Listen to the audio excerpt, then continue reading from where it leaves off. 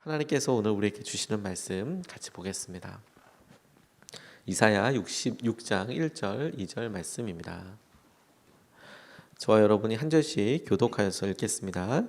주님께서 이렇게 말씀하신다. 하늘은 나의 보좌요 땅은 나의 발 받침대다. 그러니 너희가 어떻게 내가 살 집을 짓겠으며 어느 곳에다가 나를 쉬게 하겠느냐. 주님의 말씀이시다. 나의 손이 이 모든 것을 지었으며 이 모든 것이 나의 것이다. 겸손한 사람, 회개하는 사람, 나를 경외하고 복종하는 사람, 바로 이런 사람을 내가 좋아한다. 아멘. 아멘. 하나님 말씀입니다. 이사야서 말씀으로 39번째 같이 우리가 말씀을 나누고 있습니다. 이제 내일 하루 제4차 40일 특별 새벽 기도에 하나님께서 이사야를 통하여 우리가 고난의 웅덩이에 있어도 우리에게 놀랍게 위로하여 주시는 위로의 샘물이 되시는 것을 말씀으로 우리가 같이 붙잡고 기도하고 있습니다. 때로는 우리에게 책망이 위로가 될 때가 있어요. 여러분 그런 거 경험해 보셨죠? 우리가 생각으로는 머릿속으로는 어떻게 책망이 위로가 되나 싶지만 때로 우리가 잘못하고 있다라고 생각할 때 우리 스스로도 이러면 안 되는데 라고 생각할 때 우리 어머니가 우리 아버지가 또 우리를 사랑해 주는 친구가 혹은 우리 배우자가 당신 그러면 안 돼. 너 그러면 안 된다. 라고 분명히 그 내용은 우리를 향한 질책이고 깨어있으라고 그렇게 이야기하는 건데 그게 우리에게 얼마나 큰 위로가 되는지 몰라요. 고맙다는 느낌도 들고요. 그냥 계속적인 어떤 평가와 혼내는 것이 위로가 되는 것은 아니지만 그렇게 때로 우리가 잘못 가고 있을 때 그런 심판의 말, 그렇게 우리를 따끔하게 혼내주는 말이 우리에게 큰 위로가 돼요. 우리가 헛살지 않았구나. 근데 우리가 고난 가운데 있을 때는 하나님께서 이렇게 살아도 다른 사람들 다 괜찮잖아요. 그런 게 아니라 아니야, 하나님께서 이 모든 사람들 다 다스리시는 분이야. 심판하시는 분이야. 그게 또 우리에게 얼마나 큰 위로가 되는지 몰라요. 하나님 공평하신 분이지. 하나님 당신의 말씀대로 다 이루어 주시지. 그러니까 그 말씀에 묵묵히 따라가고 있는 사람에게 얼마나 커다란 위로가 되는지 몰라요. 심판하시겠다는 말이 그렇게 또 공의의 하나님의 위로가 돼요. 뿐만 아니라 하나님께서 나는 우리 자신의 문제로 이렇게 봤을 때는 왜 나도 그렇게 되지 않지? 그 사람들과 우리의 차이를 보니까 별로 없는 거예요. 하나님께서 심판하시겠다 경고하시는 사람들과 우리의 모습을 정작 살펴보니 별로 차이가 없어 보여요. 그럴 때 우리가 납작 엎드려지게 되고 납작 엎드려서 찾게 되니 하나님께서 주신 은혜가 또 느껴져요. 그게 또 얼마나 놀라운 위로가 되는지 몰라요. 이렇게 이사야서에 그런 면면들이 다 나와 있습니다. 그렇구나. 우리의 연약한 모습과 상황에 따라서 변화되게 되는 우리의 관점, 시선에 대해서 하나님은 때로는 질책의 목소리로, 때로는 모든 사람들을 다스리시는 통치자의 모습으로, 심판자의 모습으로 우리를 위로하시는 은혜의 하나님으로 각각 나타나셔서 우리에게 위로를 주세요. 고난의 웅덩이에 함께 있을 때. 오늘 66장 말씀은 이 이사야서의 거의 맨 마지막 부분에 해당되는 것인데 하나님께서 우리에게 민족들에 대해서 심판하실 것에 대해서 이야기하세요. 그런데 그것이 이스라엘에게 있어서 전환점이 돼요. 심판의 이야기인데도 불구하고 전환점이 됩니다. 하나님이 하신 말씀들을 이루실 것이라는 것에 대한 그 말씀이 우리에게 하나님의 영광이 확 드러나게 되는 통로가 됩니다. 그리고 하나님의 심판이 공의와 은혜를 함께 하신다, 함께 가지고 온다는 것을 우리가 떠올리게 해요. 이 말씀의 가장 중심에서 오늘 우리가 두 가지 말씀으로 같이 주님이 우리에게 도전하시고 우리에게 말씀하시는 주의 마음을 우리가 같이 붙잡고 싶습니다. 66장은 65장서부터 쭉 이어지는 주님께서 이스라엘의 구원과 심판에 대해서 말씀하시는 부분 중에 한 부분이에요. 근데 그 중에서 몇 가지 중요한 포인트들이 있지만 오늘 본문으로 붙잡은 말씀 중에 첫 번째로 우리가 같이 붙잡고 기도하고 싶은 것은 하나님께서 당신 스스로 말씀하고 계시는 하나님의 성전에 대한 것, 하나님께서 쉴 곳이라고 말씀하시는 곳에 대한 하나님의 마음과 그걸 통한 우리에게 도전하시는 것을 붙잡고 싶습니다. 1절 말씀을 보면 주님께서 이렇게 말씀하신다. 하늘은 나의 보좌요 땅은 나의 발 받침대다. 그러니 너희가 어떻게 내가 살 집을 짓겠으며 어느 곳에다가 나를 쉬게 하겠느냐. 이렇게 말씀하십니다. 주님께서 말씀하셨는데 하늘도 땅도 다 주님이 머무시는 곳이다 라고 이렇게 말씀하세요. 하나님은 어느 장소 한 곳에 머무르는 곳이 아니고 장소에 제한받으시는 분이 아니십니다. 하늘에도 땅에도 하나님께서 충만하신 분이시죠. 하나님의 시선이 하나님을 사랑하는 사람, 당신이 사랑하시는 사람 위에도 거하고요. 그리고 당신께서 심판하셔야 될 자 위에도 거합니다. 모든 곳이 하나님께서 계신 곳이고 하나님께서 주목하시는 사람들은 모든 사람들입니다. 이게 참 우리에게 중요하고 하나님께서 이 마지막에 우리에게 다시 이사야를 통해서 상기시키는 것은 저는 이렇게 붙잡게 됐어요. 어떤 선지자들마다 하나님께서 하시는 이야기들에 대한 구체적인 묘사가 달라요. 그런데 이사야가 마지막에 하나님께서 성전 이야기를 하게 하신다라고 하시면서 이야기하는 것을 보면 앞으로 이스라엘에게 있어야 될 여러 일들 중에 예루살렘 성이 멸망하고 그리고 그 성전 중심의 신학, 성전 중심의 믿음 생활이 이제 완전히 깨어지게 됩니다. 완전히 없어지는 게 아니라 깨어지게 됩니다. 영원할 거라고 생각했던 예루살렘 성전이 자기들 눈 앞에서 그냥 다 무너지는 것을 이스라엘 백성들이 보고 경험하게 돼요. 영원할 거라고 생각을 했는데 하나님이 거하시는 곳인데 근데 하나님이 거하시는 곳에 대해서 갖고 있었던 경외감이 눈앞에서 다 사라지게 됩니다. 그러면 하나님 없어지신 거냐? 돌아가신 거냐? 뭐 하나님에 대한 고백은 다 사그라드는 거냐? 그게 아니고 하나님께서 말씀하시는 거예요. 하늘도 땅도 내가 쉴 곳으로도 부족하다. 하나님께서 모든 곳이 함께하고 계시고 모든 곳에서 다스리시고 계신다. 원래 하나님께서는 그런 분이셨지만 이스라엘을 사랑하셔서 당신께서 만나 주시마라고 약속하신 약속의 장소 곧 성전을 너희들에게 이렇게 하면 내가 너희를 만나 주겠다라는 하나님의 약속 곧 율법대로 제사법대로 예배법대로 그곳에서 너희들이 나를 예배하면 내가 너희들의 죄를 사하고 너희들을 만지겠다 하신 것대로 수백 년 동안 그렇게 하나님께서 지켜오시고 인도해 주신 거예요. 하지만 원래 하나님께서는 어느 곳에든지 충만하시고 이스라엘 백성들을 스스로 불기둥과 구름기둥으로 인도하여 오셨던 분이에요. 성전에만 계셨던 분은 아닙니다. 이스라엘 백성들의 생각이 바로 이런 어려움의 순간들을 통해서 깨어지는 수준을 넘어서 원래 하나님을 향해서 바라보게 되어지는 거예요. 저는 이사야를 통해서 하나님께서 갑자기 땅 이야기를 하시고 하늘에 대한 이야기를 하실 때 하나님께서 당신이 그동안에 이스라엘에 대한 은혜로 베풀어 줬던 것을 취소하시는 것이 아니라 원래 하나님께서 어떤 분이셨는지를 우리에게 다시 한번 상기시켜 주시는 말씀이라고 싶어요. 아직 이사야를 통해서는 구체적으로 성전이 멸망한다, 멸망하지 않는다 이런 자세한 묘사를 다른 선지자보다는 덜 합니다. 왜냐하면 이사야는 히스기야 시대 때 선지자였고 앞으로 성전이 멸망하게 되는 데 있어서는 약 100여 년 정도의 시간이 100년에서 150년 정도 학자들마다 조금 다르지만 시간을 가지고 있어요. 요 이사야 바로 뒤에 오는 예레미야의 경우에는 성전이 어떻게 멸망할 건지에 대해서 아주 적나라하게 묘사합니다.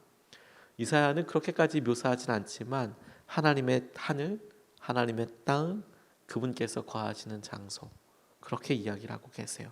장소에 제한된 분이 아니시다. 저는 이 말씀을 가지고 오늘 이렇게 적용했으면 좋겠어요. 하나님 어디서나 계셔? 그러면 그 하나님께서 우리를 어느 곳에든 계신다고 말씀하셨으니까 그 말씀 그대로 하나님 우리가 있는 그곳에 주님 함께하고 계시고 그곳이 주님의 성전으로 드려질 수 있도록 성전이 될 수 있도록 오늘과 기쁨과 은혜로 반응하게 해주십시오. 주님을 그곳에서 더 많이 사랑하게 해주십시오. 그것이 우리가 너무 힘들다고 생각하는 우리의 기업이든 우리가 일하고 있는 직장이든 우리의 가정이든 하나님 다시 시작해야 될 만한 여러 거리를 놓고 기도하고 있는 우리의 기도 장소이든 하나님 성전에 계실 뿐만 아니라 모든 곳에든 다 계시죠. 한 곳에 머무시지 않은 곳이죠. 우리 마음도 그러시죠. 하나님 그렇게 우리를 이끌어 주시고 인도해 주시고 함께 해 주십시오. 웨일즈 지방에 부흥이 임했을 때 있었던 장면 하나가 제게 있어서 되게 사모하게 되고 우리도 그런 일이 있었으면 좋겠다 이렇게 떠올려지게 되는 장면이 있어요. 부흥의 한 모습 중에서 어떤 사람들이 웨일즈를 변화시키고 부흥이 있었다라는 이야기를 듣고 그 웨일즈에 영국에 있는 웨일즈에 꼭 한번 가보고 싶다라는 생각을 했대요. 부흥의 소식이 막 있는데 그 부흥에 하나님께서 그 장소에만 같이 있어도 놀라운 은혜가 임하고 사람들이 변하고 회개하게 되고 그런다 하니 그곳에 한번 가보고 싶다. 여러분들도 그런 이야기를 들으면 한번 가보고 싶지 않겠습니까?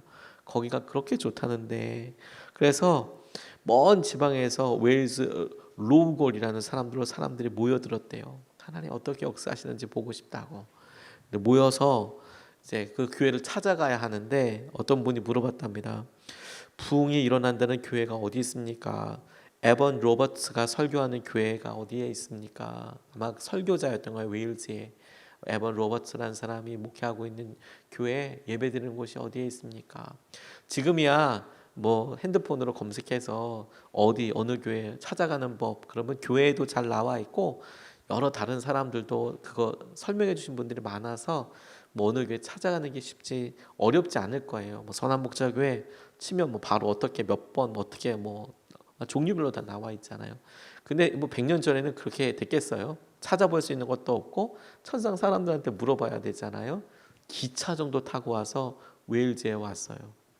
그리고 그 지역에 온 거예요. 배 타고 와서 섬 하나 건넌 거예요. 그런 정도거든요. 근데 물어봤을 때 그 물음에 답한 사람이 이렇게 대답했대요. 하나님의 임재가 이끄는 곳으로 걸어가면 됩니다. 저 기억이 듣고 되게 놀라고 사모하게 됐어요. 어디가 부흥이 임하는 그 교회입니까? 어디가 그런 일이 일어나고 있습니까? 그랬더니 하나님의 임재가 이끄는 곳으로 걸어가면 됩니다. 그렇게 이야기하더래요. 야, 진짜 놀랍잖아요. 당신이 어느 곳에 있든지 하나님 인도하시는 그 놀라운 은혜와 그 놀라운 감동을 경험할 수 있을 거예요. 길거리에서도. 우리 교회가 그렇게 됐으면 좋겠다는 생각을 하게 되면서 동시에 하나님 어디서든 계시면 하나님 우리의 삶에서도 똑같이 하나님의 임재와 영광으로 우리를 붙잡아 주시겠구나. 그걸 기억하고 그걸 의지하는 것이 너무 중요하겠다고 생각하게 됐어요.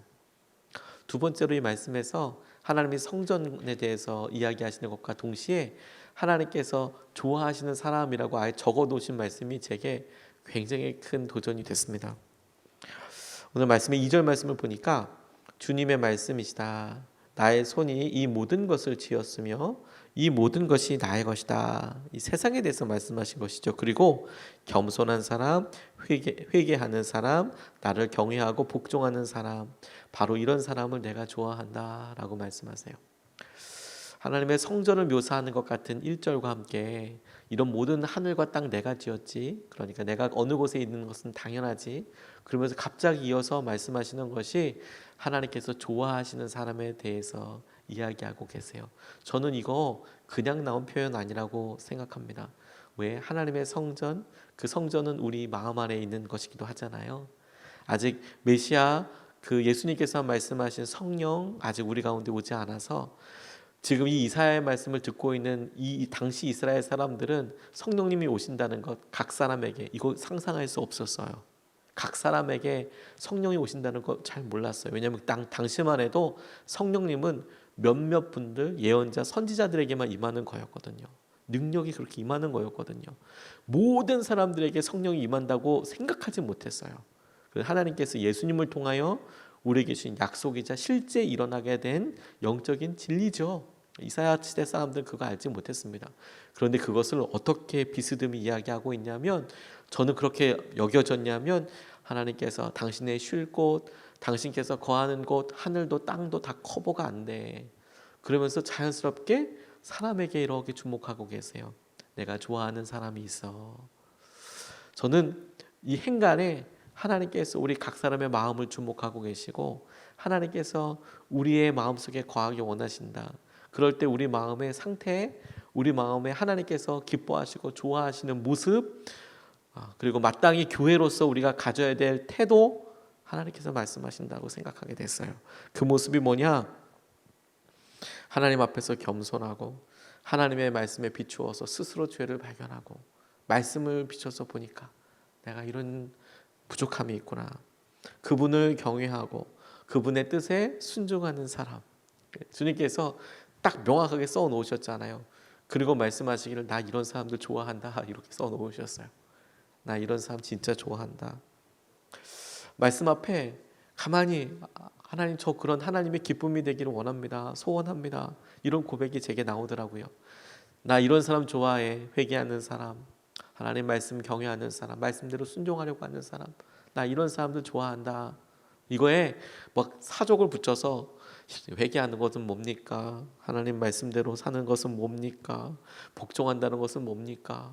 이렇게 막 이렇게 적용하기보다 그냥 그 말씀을 그대로 단순하게 잡았어요. 하나님께서 어느 곳이든지 하나님의 존재, 하나님의 임재를 다 감당할 수 있는 곳이 없죠. 온 세계가 다 그러하시죠. 그럼에도 불구하고 우리 마음의 태도를 지금 보시면서 나는 이러이러하게 되기를 원한다. 나는 이러이러한 사람을 좋아한다. 우리의 마음 상태가 이러이러한 교회였으면 좋겠다. 성전이었으면 좋겠다 하시는 그 말씀의 기쁨을 우리가 하나님의 기쁨 되길 원하고 즐거움 되길 원합니다. 이렇게 고백해 드리고 싶었어요. 하나님과 그렇게 동행하고 싶더라고요. 하나님 그거 원하시지 않을까. 말씀을 단순히 순종해 보세요. 저 이거 너무 중요하다고 싶어요. 말씀을 그냥 쓰여져 있는 대로 복잡하게 고민하지 않고 단순히 순종하는 거예요. 단순히. 저는 설교하는 사람이어서요. 사람들 앞에 하나님께서 말씀하신 것들이 어떤 의미인지를 그것을 많이 묵상하고 그게 그대로 전달될 수 있도록 그 다음에 지금 우리가 살고 있는 지금 이런 상황에서 이게 어떤 의미가 있는지 그렇게 묵상을 많이 해요. 그리고 그것이 저한테도 영적으로 도움이 많이 됩니다. 그런데 한편 이런 부분도 있어요. 그렇게 말씀을 전하려고 묵상하고 하나님 앞에 기도하고 해서 누려지게 되는 은혜도 있지만 제가 저 스스로 말씀에 대해서 이야기할 때, 저 스스로 말씀 앞에 서게 될 때는 사람들에게 여러분에게 전달하려고 하는 설교가 아니고 저 스스로 말씀 앞에 서게 될 때는 그냥 무조건 읽어요. 여러 목사님들 설교를 듣기도 하지만 읽고 그리고 그냥 무조건 순종해 봐요. 근데 거기에 의외로 하나님께서 놀랍게 은혜와 마음을 주시더라고요. 말씀 많이 보라 하시면 말씀 많이 보고 금식해 보라 그러면 하나님 오늘 왜 이 말씀을 내게 주셨을까? 그래서 한 끼라도 금식해 보고 기도하라 그러면 뭐 30초라도 좋으니까 일단 기도해 보고 그러면 하나님께서 왜 그거 하게 하시는지 알게 해주시고 인도해 주시더라고요. 그리고 열매 하나를 꼭 주세요. 하나님께서 하신 은혜들을 꼭 주세요. 단순히 순종해 보세요. 우리가 하기 쉬운 잘못은 너무 많이 생각해서 하나님의 생각을 왜곡하는 겁니다.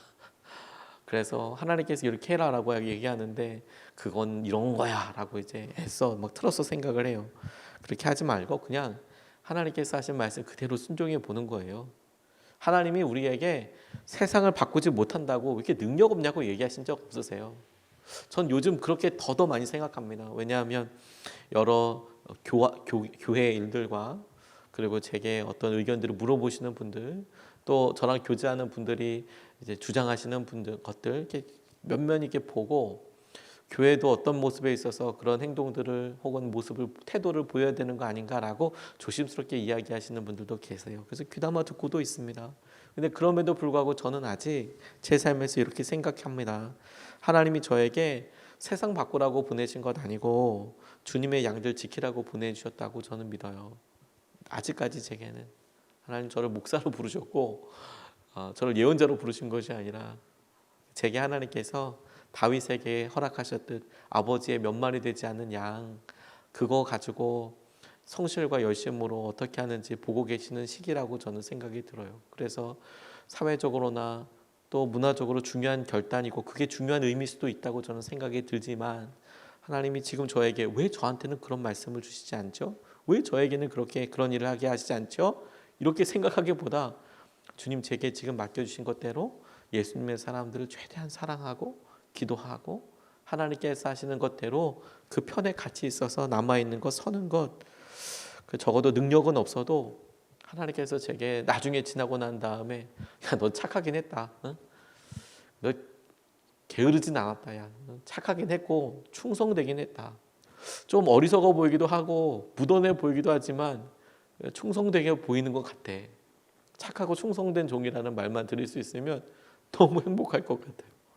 그러니까 요즘 제가 큰 교회 담임 목사가 아니라는 게 얼마나 감사한지 몰라요. 그럼 뭔가 해야 될 것 같고 그럴 텐데 그런 프레셔가 전혀 없는 건 아니지만 그래도 하나님께서 내게 허락하신 이 시기와 이때 세상의 어려움들도 분명히 있지만 우리 주위에 내가 사랑하는 날마다 기도하는 우리 성도님들 가운데 그 아픔과 어려움을 놓고 같이 기도하는 사람이 되는 게 저에게는 5만 배나 더 중요한 일이겠다라는 생각이 들더라고요. 하나님 말씀이 좋아하시는 사람이 있대요. 그것만으로도 충분하지 않습니까? 우리가 봤을 때 난 저만큼 못해, 나는 저 일을 못해, 나는 저러저러하게 되기 어려워, 그렇게 떠올려서 도전받는 것이야 좋겠지만 좌절할 필요는 없지 않습니까? 하나님이 어떤 사람 좋아하신다고요? 주님을 위해서 어마어마한 일을 하는 사람을 좋아한다고 얘기하는 게 아니고 회개하는 사람 좋아하신대요. 회개하는 사람. 그리고 나와 하나님께 경외하고 복종하는 사람. 그리고 하나님 말씀대로 순종하는 사람 좋아하신다는 거 아니에요. 그러면 오늘 그냥 그 말씀 그대로 하나님 좋아하신다 하셨으니 그 길에 주님의 기쁨 되는 길로 살면 너무 행복하겠다. 단순하죠. 그런데 그게 길이에요. 그게 하나님 오늘 주님의 기쁨 되길 원합니다. 주님만 온전히 사모하게 되기를 원합니다. 이 말씀 붙잡고 우리가 두 가지 오늘 같이 나눴어요. 첫 번째, 하나님의 성전에 대해서 하나님 어느 곳이든지 다 계십니다. 우리의 교회, 우리의 가정, 우리의 직장, 우리가 기도하는 곳, 우리의 차 안, 우리를 어렵게 하는 만남 그 순간, 바로 그 순간의 임시적인 그 장소라도 커피숍이라도 하나님 거기 계세요. 성전이에요. 두 번째, 하나님이 좋아하시는 사람이 있대요. 하나님 우리에게 능력 있어야 된다고 이야기하시는 게 아니라 나 능력 있는 사람 좋더라. 나를 위해서 열정적인 사람 좋더라. 나를 위해서 이만큼 내놓는 사람이 좋더라. 뭐 그렇게 말씀하신 구절이 없는 건 아니지만 그런데 오늘 하나님께서 우리에게 나 회개하는 사람, 정결하는 사람 좋더라. 나 겸손한 사람 좋더라. 나 하나님 경외하고 내 말에 복종하는 사람 좋더라. 아멘. 아버지 오늘 우리가 그 길을 가게 해 주십시오. 두 번 나눠서 기도하겠습니다. 첫 번째